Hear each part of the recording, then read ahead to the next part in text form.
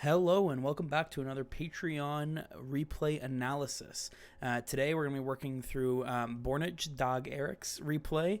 This is the second month now with me. Hands down, someone who cares the most about his ranked grind. Often, especially last month, was giving me a ton about his updates, his progress, what he was looking to do. So thank you so much. I really love reading them. They truthfully make my day. I really love seeing how people grind and I never know exactly what to call you. If it should just be like Bordich or Dog Eric or just Eric or whatever it is. But anyway, so we'll just say Dog Eric for now, or Eric. Well, let's just say Eric. So Eric, watching this, just want to say I love reading your goals. So for context, for everyone watching, his goal right now is to make Diamond by April, and at this point, as we're getting closer and closer to March, or maybe even in March when I post this, so I believe Erik is high platinum right now. I think he was in platinum 3 around the last time we had spoke. I don't know where maybe this replay is, but I do know he's mostly been playing with diamonds or higher, which has been awesome because it's a great way to build his speed. And when he first gave me the replay, he was actually in gold, so moving into plat. So I'm super excited to see the expansion on his skills. And he said he really enjoyed that first replay. So thank you for the kind words, and thank you for honestly just letting me know what your feedback style is, because a lot of people might be kind of different in what they need or what they want. So I'm really happy to hear that we found a really good alternative, or is it not alternative? We found a good method and strategy for how your replays go. So today will be no different. We will work our way through the replay. I've been told this is a nice long overtime replay, so we should get a good 35, maybe almost 40 minutes out of this replay. We will see. But I'm sure we'll have a lot to go through. So let's jump right into it. Once again, thank you for the support, Erik. I really appreciate it. Erik Bornich is what his name is in game. So maybe the dog is something. I know, I think he's European. So I might just be, it sounds obviously German to me, or maybe Austrian, that area. So I'm not overly sure. I probably should just ask. Let me know, Erik. Tell me where you're at. But let's dive on in, shall we? So today he's playing with a couple friends and working through. Literally right off the bat, this is something super small. I tend to like a flip here. I almost always, when you do this turn, so what you do when you're coming out of the net, you'll turn almost always I'll be right where you are. Normally I end up snagging this boost just on the corner here. It doesn't really matter. It truthfully does not change your speed at all. And as soon as I'm facing this way, exactly where I'm paused right now, is when I'll hit a diagonal flip, because what it does, and what I love about it, is your goal here when getting this boost is that you would like to be on this boost and into the play as soon as possible. So what it's doing is, instead of just driving and going to it, then what you need to do this big loop and come back down.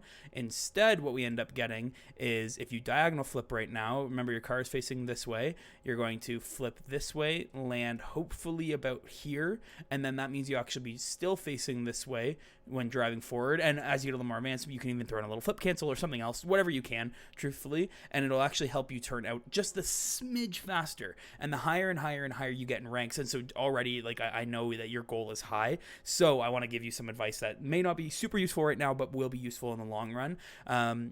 This is a great way to build just a little extra speed, is getting a flip here, because with a little ounce of boost, the boost that you have with that diagonal flip, you'll actually land being supersonic, and you'll have 100 boost instantly off the rip to get into the play, go up the wall and make a play, or worst case, when you land, very easy to come back out and around this way, which is great. So this is a great way to kind of let yourself set up instantly for the play, and something super small, but does actually start to scrape seconds off of your play, so a really good thing to keep in mind here. See that boost quick and you're back in the play. Great job. Good tip. You hear your teammate going.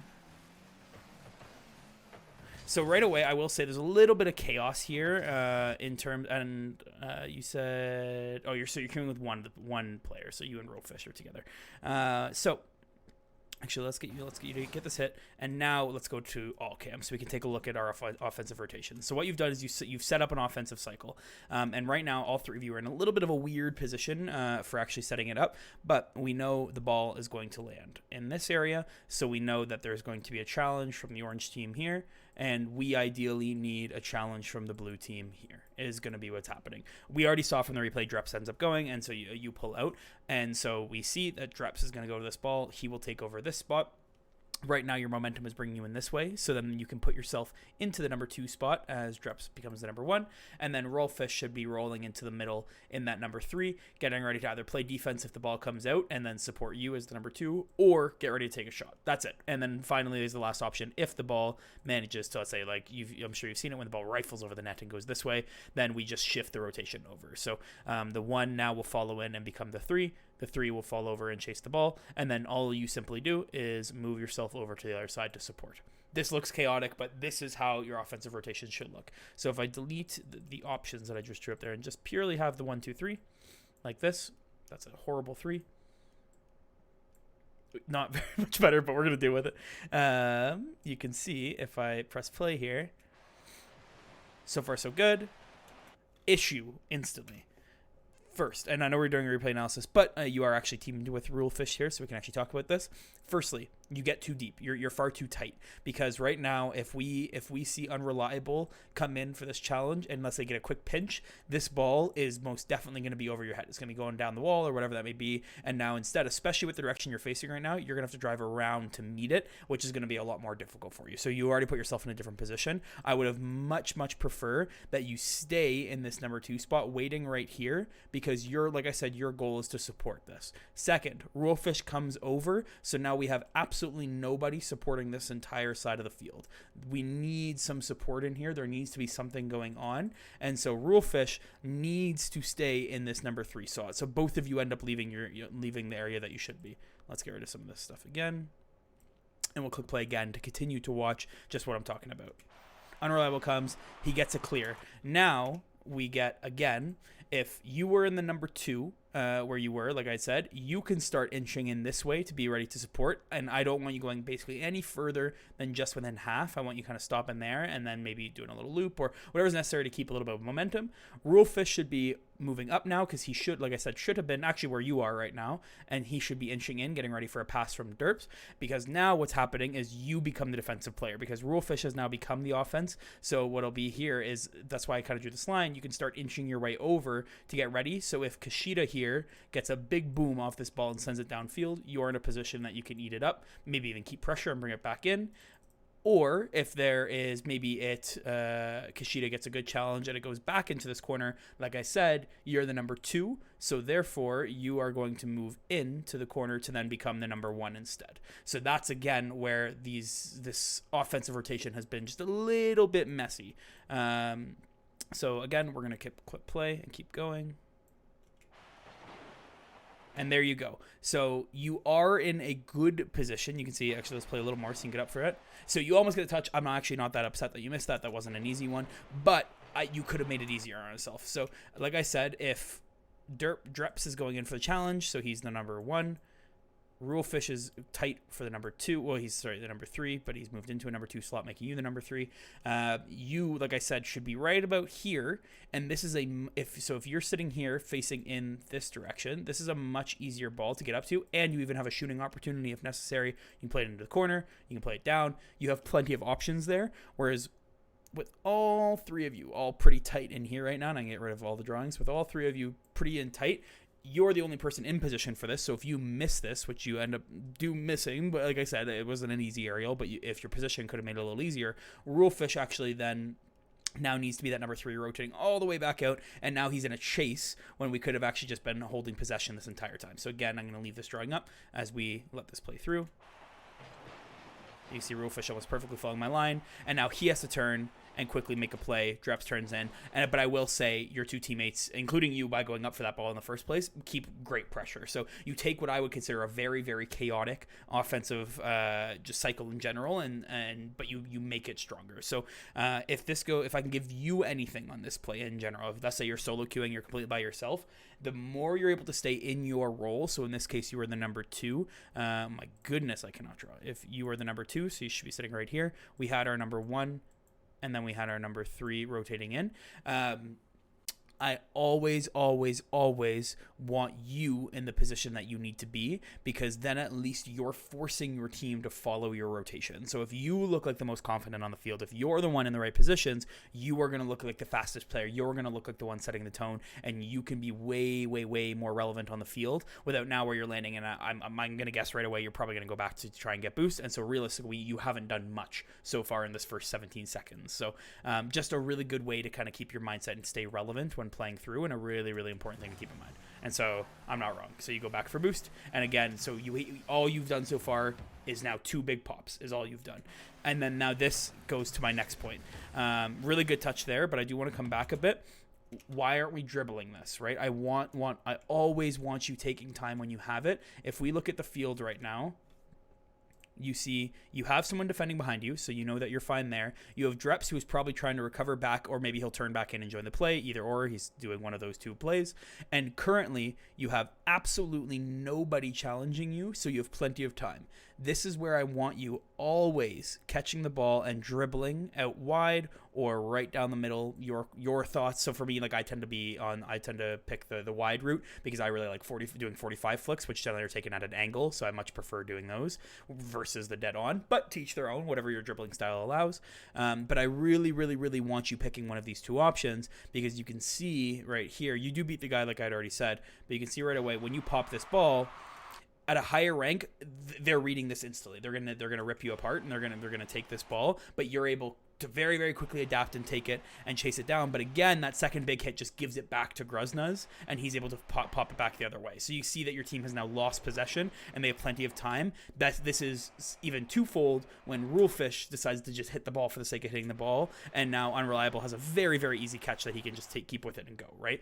I find Platinum is a game of pinball, and if you and I can really work on this, you can be the person to change this, where I'm sure instantly you can picture a very, very different play. As if this is going down, you're able to just do a little hop there to make sure you get over the ball so you can catch it and work it out, and then stay near the ball. And you can see, even with this hit, Unreliable and Gruznaz are nowhere in position to challenge you, and you can be much more relevant. Same thing there, being able to catch that ball instead of boom it and then take your way down. But instead, you chose to take 2 50s, the ball goes the other way. Rollfish tries to take a 50, gives the ball away. And you can even see Kushida here just hits the ball away. You see what I mean about this pinball? Derp's going to hit this ball away, and so on. So if you're the person who can slow it down, you will actually dominate at this rank. You will decimate anybody you try to play against, and it's a great, great way to really take hold and take a stranglehold on the game you're playing. Yeah, I see your plat 3. Great job, man. Really, really great job. Let's come back to see your recovery after the hit. Touch. Okay, next. See how you come into come into net with 12 boost. I'm going to get really nitpicky with you here, because I really want to see you expand and take over at this rank. So you lose this challenge. Not a huge deal. Like I said, there wouldn't have been a challenge if you had kept the ball too tight. The second you land here, you have all the information you need, because let's draw it out. You know your teammate is currently about to win possession, so your focus only should just be getting boost to be relevant again. You know Dreps is supporting behind, and then you know 2 orange players are not really in a position to win this ball, so they're just going to chase wherever it goes, and you know currently you have 1 more orange player in net behind you. So you have all the information you need, plus you can currently see that there are no available boost pads literally anywhere on the map for you right now. You can see that none of the 4 that you see are available, and obviously I'm not going to ask you to go to that corner or to that mid boost, because then you're completely leaving the place. So you have absolutely 0 boost options right now. What do we do? Your job is to recover to net, like I said, right? Or to recover to defense, maybe not all the way back to net. You end up needing to go to net, but in any standard play, your goal is just to, because you just finished being the number 1, so now you become the number 3 in a standard rotation. So if we fly up and look, I want you taking a boost route. There are 5 boost routes on the map, but I think I did draw this out for you the first time, and I'm going to comment on it again, so I'm going to take less time talking this time. We have 1. We have 2. Imagine it's going over there. We have 3. Those are what most people know, but covering every other boost pad on the map except these 2. We don't worry about these 2 all that much. We then have 4, and we have 5. These 2, so this one here and this one here are my two favorite, because there is 1, 2, 3, 4, 5, 6, 7, 8 pads there, leaving you with about 98 boost in net by the time you get back by following this one very, very simple path. The best part about this boost route is that when you're chasing it, and this is what we're going to drop here, all you have to do when you land here is go 1, 2, 3, 4, 5, 6, 7, 8, 9. And boom, you have 100 boost into the back post. You can even do this slightly differently. You can come 1, 2, 3, 4, 5, 6, and then roll in and get whatever pad you need. And then nicely you're lining up with that back post. And then the complete opposite, let's say the ball falls down. I'm going to draw it in pink just so you see it. Falls down to this side. And so now you know you need to be at this back post when you're rotating in. You go 1, 2, 3, 4, your call, 5, and then you can potentially get a full, you could potentially get a little pad, or you can rotate right into net. So you have these route options that are so important at the highest level of gameplay to know that there are GCs that don't even follow this route. But the players that make it to pro, the players that are strong GCs, the players that feel fast, I'm often told that I'm a fast player, but I've never really understood why. And it only occurred to me when I discovered these 5 routes that like I actually just had a more of an innate ability that I was following them. And not to like gas myself up or make me sound like an amazing player, but it's such a simple tactic that so many players don't know about, that if you can master this now, you will be disgustingly fast once you get into diamond and higher. So try your best to start putting these routes into your muscle memory, and you will really start to dominate on the field. And it's a big part, and so that's why just knowing the routes is important, because like I said, when I'm coming through, I know for a fact that if I am going through this boost, whoa, my writing got very small, 1 second. I know for a fact that when I'm rolling through, that's a little too thick now, when I'm rolling through right here, I know that I can go into I call this like my football lane, or like American football lane. So I know I can go through 1 and then maybe just rotate right back to net. I know I can go through 2 and then rotate back to net. I even know that if let's say my sights are set on this boost over here, I know for a fact that I can drive right through all of these and I can get several pads to stay supersonic on the way. Maybe instead I don't need as much and I go right through it like that. So you can actually start building these lanes in your head really well, that you're able to actually lane hop from, we literally hit 1, 2, 3, 4, 5, literally all 5 lanes on the field in this one clean sweep through. And in that amount of time, we're hitting 1, 2, 3, 4, and then the full pad. So you're getting almost 50 boosts just in this one run right here, which all you need is 20 boosts in a diagonal flip and you'll be supersonic. So this is a really good way to stay fast on the field. But instead, so now visualize these boost routes. Let's watch you here on your recovery. You can see you get no pads, no pads, no pads, no pads, 1 pad. So you land at your back post, you rotate beautifully to the back post, but you see you're landing there with absolutely no boost and nothing to work with, right? So this is a great way to get back even faster and allow yourself to have enough boost to still be able to make the play. So try your best to keep that in mind. 15 minutes in and we're still in the first 40 seconds. I told you you'd get an in-depth one, right? Good aerial. I'm not super crazy with the placement, so right here, this is where placement can be pretty important. It's very common for someone around your rank just to always see net, right? Just a hard tunnel vision of boom to net. But in my head right now, I see ball trajectory coming this way. I see you leading the ball, and I especially see Dreps with boost moving this way down the field. So in my head, I'm saying, okay, I'm about to boom this ball to the far corner, make Kushida awkward, hopefully, and then have Dreps follow it so that when I land, so then on your downwards trajectory from here, you actually land and then can land in front of the net to be ready for a shooting opportunity. So always being intentional with where you're hitting the ball here rather than just giving it away, because when we watch, this ball is just handed right back to Unreliable. It's a pop out the other way. And now with you landing, they have all the time in the world. Great use of your boost there. Really, really great job. See how you're supersonic all the way down the field to then come. And then a good rotate to the back post. Careful on creeping up too much. And then you're back in the play. Great job. Really, really good job. See how you're creeping up here? Why there's no point to be here. You just took the ball off of Dreps himself. Dreps was completely comfortable here. So you should be staying to the left now to give him a passing lane, not chasing him down. You've completely taken away his opportunity. Now he needs to come with the ball, and now both of you are stuck in the corner. And I think I see that. I think I see that you realize that, so you start driving away. But always, always, always being careful of taking the ball away from a teammate. Good boost steal.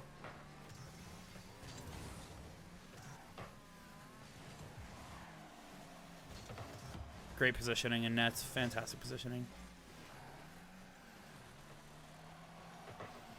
Good clear from Rule.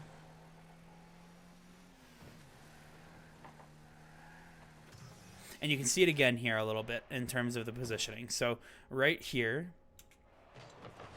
Rule gets a good clear, and then this ball tips downfield. You now know that your attack mode is engaged, right? You guys are about to go onto offense because of the positioning of this ball. So right now, the second that this is going down, you know that you are currently the number 3. You know that Rule is the number 2, and that Dreps is chasing down as the number 1. He's going to be going in for this corner. You know, Rule is probably going to be following in to support, so right here, meaning that you need to be booming downfield, trying to get as many pads as you can to stay full, to then be ready for that number 3. But always, always, always, where you stop along this line, wherever that may be, is purely decided based on where Gruzna's here, whoever is challenging, meets the ball. If it's looking like right now this ball is not under control, it's going pretty fast down, so it's looking like Gruzna's might have a pretty easy clear. But if Rulefish does follow and move into that number 2, this is a very easy set. That's why the reason he's there. It's a very easy second challenge to meet that instead, right? If Dreps can't get there. So in my head, you should be staying in this midfield just in case Dreps wins. But the nice thing is you're giving yourself enough space to recover back to net if necessary, right? So if I delete all of the extra chaos I drew there, so we just have what I did. Perfect. Now, if we watch this, let's see how this all breaks down. Rule moves into the number 2, so you start moving over. But you see how you're hovering out nowhere, and we didn't have anyone in the number 2 spot. You see that? So Rule moves over to the number 3 when, like I said, he should be currently right here. He should be getting ready to challenge this ball, and you should be moving in here, right? And so if we watch, this ball is challenged out, and we have absolutely nobody supporting for pressure. We have nobody there. Nobody's ready to make the play. Nothing is happening, and now you are forced as the number 3 to leave your rotation to go back, and Rull is now rotating to the front post. Dreps and Rule actually are rotating to the front post right on top of each other, and it's a wide open net for for Kushida to score an easy goal. So you can see very quickly how a very good offensive rush, just because you didn't have a number 2 where they needed to be, is lost, like I said, because we didn't have the positioning that we needed. So a huge, huge thing to keep in mind for yourself. And like I said, this was not on you. This was Rule not being in that number 2, but it's something that you now as a player, especially when solo queuing or you're playing at this rank, you got to try to stay in the exact position that you're supposed to be so that you can see where you're fit. If what I'm saying almost sounds cryptic to you, like if you've never seen a 1-2-3 or something like that before, let me know. There's some great tabletop tactics videos that talk about these kind of rotations. It's the basis of like all rotational speed in Rocket League, and should be developed right where you are right now. This should be your big focus as you continue to work through your own mechanical skill, and I think should add a lot to the rest of the game.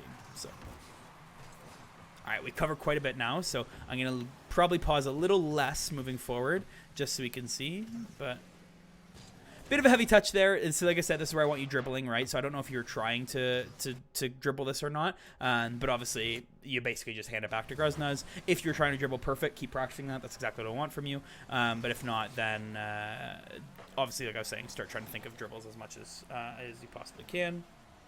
Good patience there. Almost so close.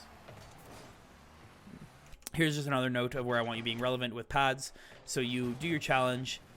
You try to get a ball there, and now I want you gathering as many pads as you possibly can in this moment. But you can see you're stuck with 12 boost and now 23 because you're so focused just on the ball, when I really want you gathering boost, because if you had some boost, this might actually be an easier ball to get up over, whereas here you didn't have enough boost to get over it, right? So keeping that in mind, that's why pads are so useful and make players feel so fast, because they're able to do that.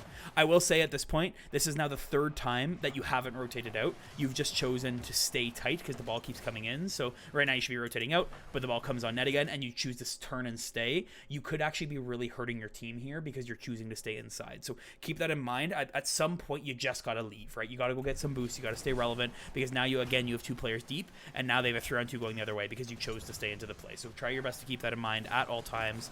Same thing. You still have it rotated back. You're cutting back into the play. Just go back to net. Stop trying to do everything. Allow yourself to go back and get boost. You're good where you are, but you're not allowing the rest of your team to get in the play because you just keep staying tight instead. When right now you could have already had a full boost. You could have been set so you're not chasing this ball, and this would have been an easier catch rather than giving ball away there, right? So try your best to keep that in mind as you're going. Great aerial. Great shot. No goalie, so we're chilling. Great goal.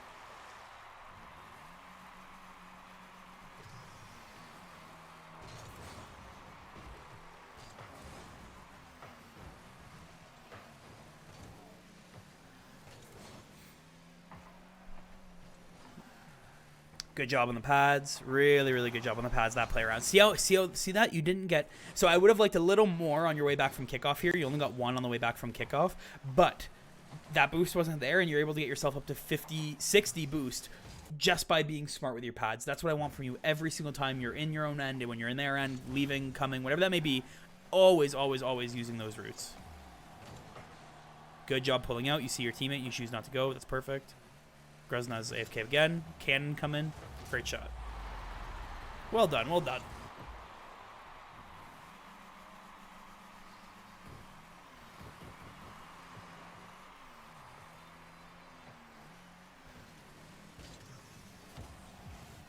Good hit. Oh, dangerous, dangerous center from your teammate.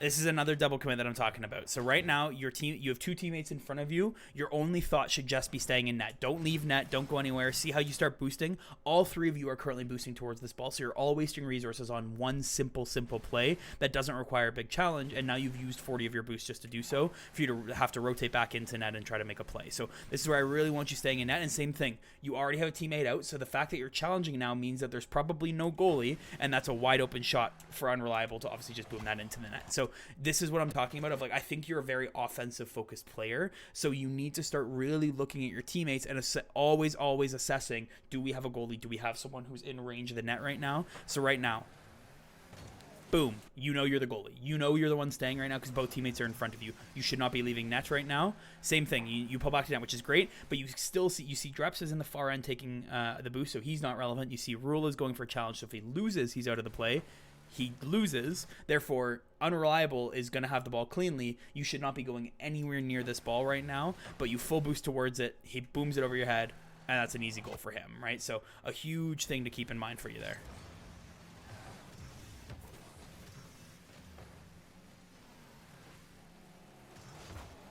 Nice try. A little bit of hesitation. I would have liked to see you jump right away on that ball, but otherwise that was a great little offensive rush. But again, see, you're turning back into the play when you should just be rotating back. Allow Rule to be the one to come into this play now, but when you turn back in, you end up leaving your team kind of stuck. Same thing, you turn back in. That's a good challenge, but was unnecessary. You should just rotate out, get your boost, and be part of the play, right? Allow your team to play like a 3-man team, when right now you're allowing them to play as a 2-man team, because the 3rd man can never come into the ball.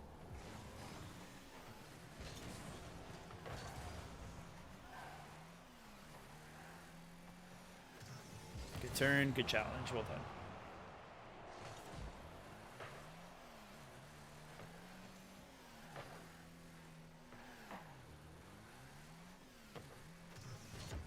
Big boom. See, so you're all over your teammate again. You got to make up your mind, right? Are you chasing this ball or not? Right here, you choose to not chase this ball, so go back on defense. Don't go anywhere near it. Dreps is like, hey, I'm going to chase this ball now, but then you do another circle. So you look confusing for your teammates, right, by continuously turning in and out, so you just need to make a decision and stick to it, right? Are you going or not every single time? Right now, you're on defense, so wait here. You should break, and then you go. Perfect challenge. That's what I want every time, right? You have reason. So now you should rotate back, and you do. That's exactly how you should be playing every single time. You look for your teammate, you don't see him, great, you're a ball. Perfect. I don't even care that you missed. That was a great play. That's the positioning I want from you every single time. And now you rotate back to 3rd. This is how it should always be looking, because this looks fantastic right now. Beautiful. See how you're playing this 3rd man? This is what it should always be. This looks great.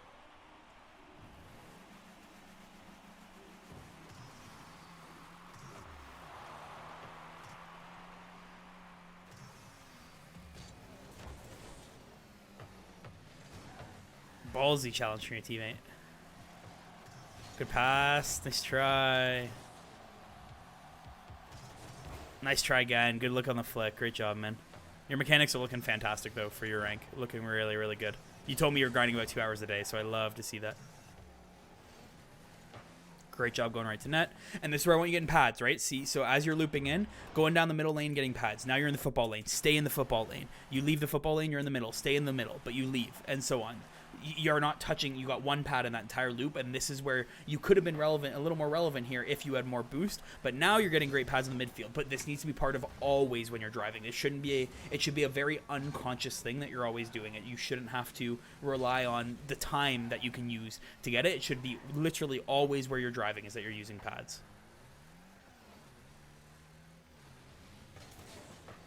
Good positioning.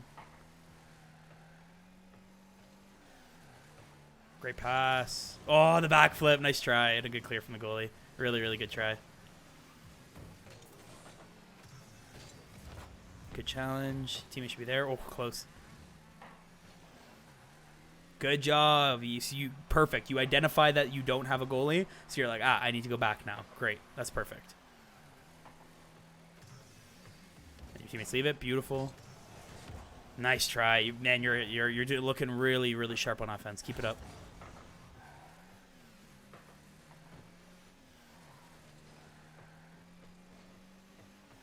Oh, a great pass out to Rule. That was a fantastic play from Dreps. Such a good play. Unseen in Platinum, even in Diamond, those kind of passing plays. Really good look. Good try on the bump. Great effort, because now you can rotate into the back post. Great job. Grab a pad. Beautiful. See what you're doing here? This should be always when you're driving.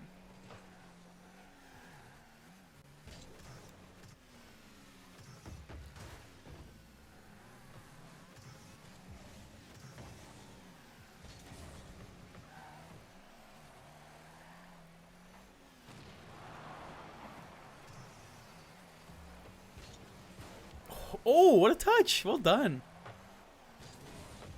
That was a nutty touch. A little double commit for your team, so you stay back. Beautiful. I love it.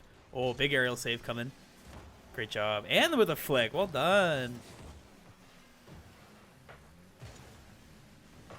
Great touch from the Dreps.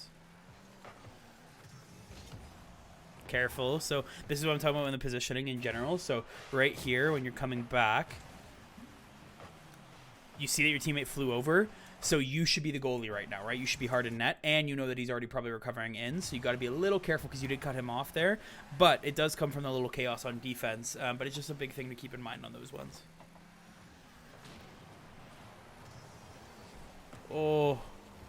Oh, what a save. Close.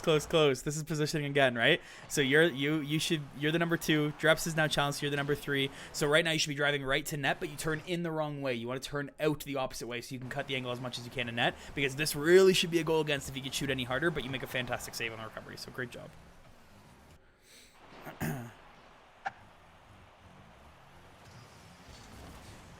Big 50.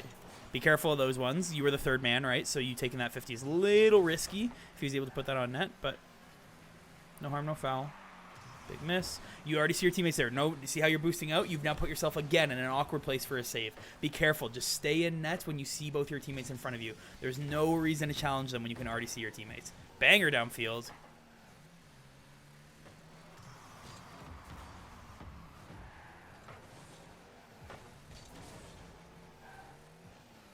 What an overtime this has been. Back and forth. See what I mean? So now you only have 12 boosts. You could have had boosts there if you were using your pads all the way back. I'm sure you can see by now how that can make you so much faster down the field. Great clear just in case. Same thing. Getting as for pad you can. You only have 12 right now. You still only have 12. Right? There you go. Much better on the pads. But this should be consistent. And I'm going to keep being nitpicky on you with it. Nice dodge. Great job. Good. And now you stay in net because both your teammates are out, so you stay in net. Nothing more. Good challenge. Oh, tell me.